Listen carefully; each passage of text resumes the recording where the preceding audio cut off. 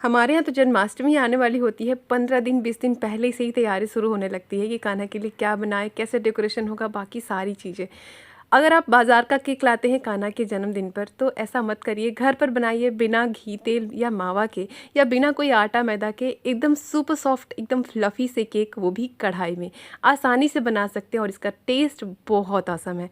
इसका नाम पंचामृत केक है, जो पंचामृत से बनता है और ये बहुत मज़ेदार होती है। तो चलिए आप भी इस वीडियो को देखिए और एक बार इस जन्माष्टमी अपने कान्हा के लिए रेसिपी ज़रूर बनाइएगा।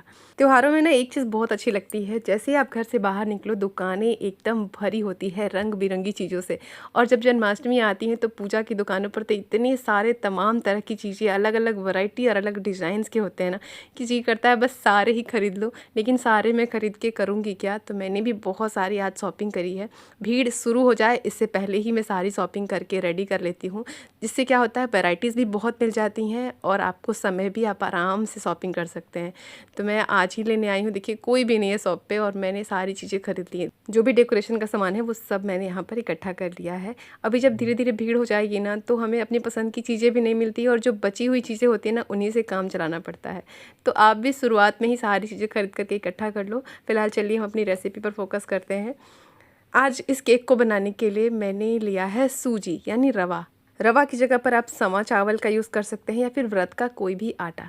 तो 1 कप नाप करके हमें रवा लेना है और एकदम महीन वाली रवा का इस्तेमाल करना है। अगर आपके पास मोटे दाने वाले हैं तो मिक्सी में डालकर हल्का सा उसको चला लीजिए ताकि वो हल्का सा बारीक हो जाए, बहुत महीन एकदम नहीं करना है।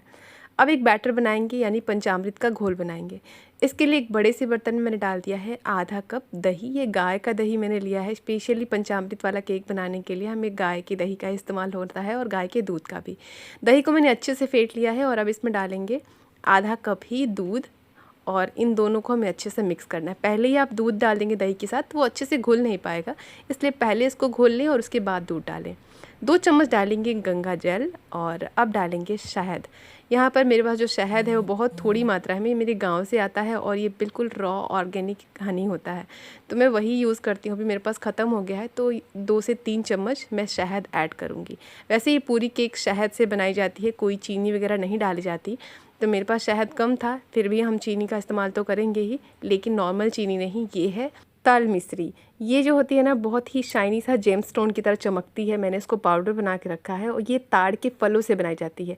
नॉर्मल चीनी में बहुत सारे प्रोसेस होते हैं, हड्डियों का यूज़ होता है, इसलिए मैं इसको व्रत में और नॉर्मली पूजा वाली किसी भी रेसिपी में यूज़ नहीं करती हूँ। तल मिश्री का इस्तेमाल करें या फिर आप गुड़ ले सकते हैं या फिर अगर आपके पास शहद है तो वो इस्तेमाल कर सकते हैं। तो मैंने 2 चम्मच तल मिश्री ऐड करी है और इसको हम मिक्स करके थोड़ी देर छोड़ देंगे ताकि मिश्री जो है वो अच्छे से घुल मिल जाए।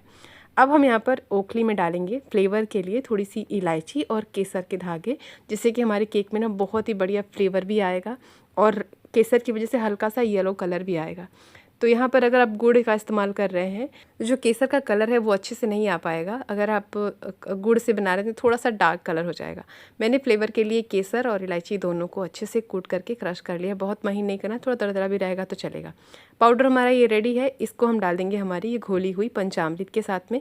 पंचामृत में बहुत बार कई लोग घी भी ऐड करते हैं, लेकिन हमारे ये 5 चीज़ें हो चुकी हैं। गाय का दूध, दही, शक्कर और शहद, साथ ही गंगा जल, 5 चीज़ें हो चुकी हैं। अब इस पूरे मिश्रण को हम अच्छे से मिक्स करेंगे और 1 कप डाल देंगे ये रवा बारीक किया हुआ या फिर महीन वाली जो आती है ना वो। थोड़े भी मक्खन, घी या फिर ऑयल की इसमें कोई ज़रूरत नहीं है, कोई नींबू विनेगर भी नहीं डालना है।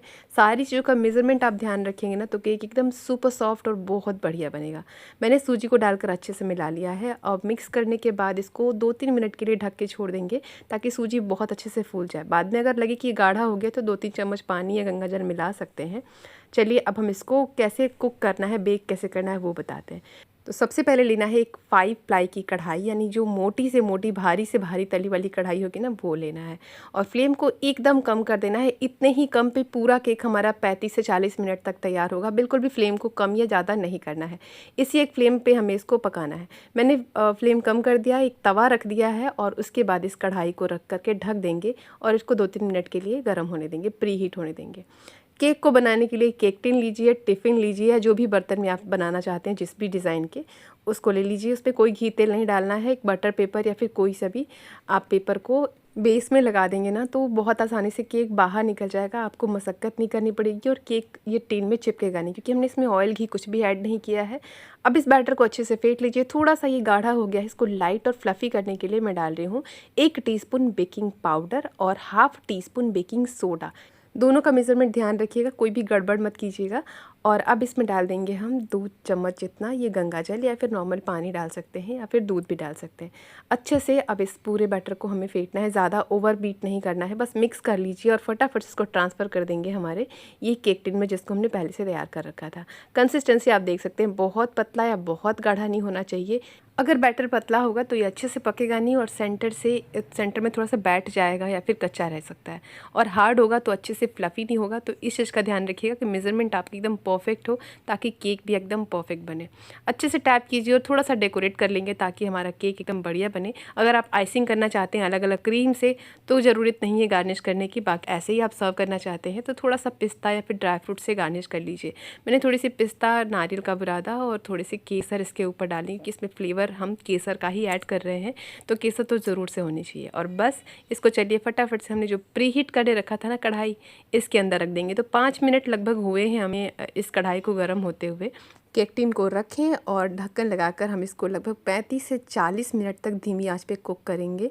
आप देखते रहिएगा, आपको 40 से 45 मिनट भी हो सकता है, क्योंकि जब तक जो केक है वो ऊपर फूलता नहीं, और आपको देख के ही लगेगा कि अच्छे से कुक हो गया और खुशबू से भी। तो देखिए 40 मिनट हो चुके हैं और केक बहुत अच्छे से फूल कर तैयार हुआ है और बहुत ही अच्छी खुशबू भी आ रही है। मैं इसको निकालती हूँ और आपको दिखाऊंगी कि कितना सुपर सॉफ्ट और फ्लफ़ी बना है, बिना कोई ऑयल वगैरह ऐड किए। तो अच्छे से ढक देते हैं इसको ठंडा होने के लिए। और अब ये पूरी तरीके से ठंडे हो चुके हैं, हम इसको निकालेंगे। किनारों को थोड़ा सा चाकू से या फिर चम्मच से इस तरीके से स्क्रैच कर लें ताकि किनारे एकदम क्लीन निकले। और ये देखिए, बटर पेपर लगाने से एकदम इजीली निकल जाते हैं। पेपर को आसानी से आप खींच करके हटा दीजिए। नॉर्मली जब हम इसको जन्माष्टमी के दिन बनाते हैं कान्हा के लिए, तो इसके ऊपर रबड़ी की आइसिंग करते हैं। आप अपनी पसंद की जो भी आइसिंग करना चाहते हैं कर सकते हैं, क्रीम से भी या फिर ऐसे भी तुलसी दल से गार्निश करके इसको सर्व कर सकते हैं। मैं आपको इन्हें कट करके दिखाती हूँ कि कितने सुपर सॉफ्ट और फ्लफ़ी हैं। ये देखो, एकदम नरम, मुंह में घुल जाने वाली, और फ्लेवर भी इसका बहुत औसम है। आप एक बार ज़रूर ट्राई करना और इस जन्माष्टमी अपने कान्हा के लिए रेसिपी ज़रूर बनाना, क्योंकि आपको तो पता ही है कि बाज़ार के केक में वो हाइजीन नहीं होगा, वो प्यार नहीं होगा जो डालकर आप बनाओगे। तो रेसिपी हमारी तैयार है, कैसी लगी जल्दी से लिख कर बताइए। अपने ढेर सारे फ्रेंड्स और जो भी कृष्ण प्रेमी हैं उन सबको ये रेसिपी शेयर कर देना, ताकि इस जन्माष्टमी वो भी बाज़ार का केक नहीं, घर पर ही केक बनाएं। तो अब देखिए, मैं आपको इन्हें तोड़ कर दिखाती हूँ। ये देखिए, जहाँ से तोड़ेंगे वहाँ से एकदम परफेक्ट जाली, एकदम फूली फूली, एकदम स्पॉन्जी।